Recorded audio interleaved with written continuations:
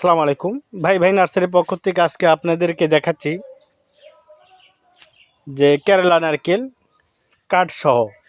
অনেকে বলে যে ভাই আমি কেরালা নারকেল নেব কাঠ সহ। এই যে দেখেন কাঠওয়ালা নারকেল আছে, ইনশাল্লাহ গাছগুলো দেখেন কীরকম।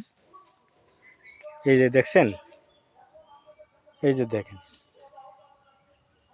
এই যে দেখেন, এই যে দেখেন কাঠ হয়েছে নারকেলে।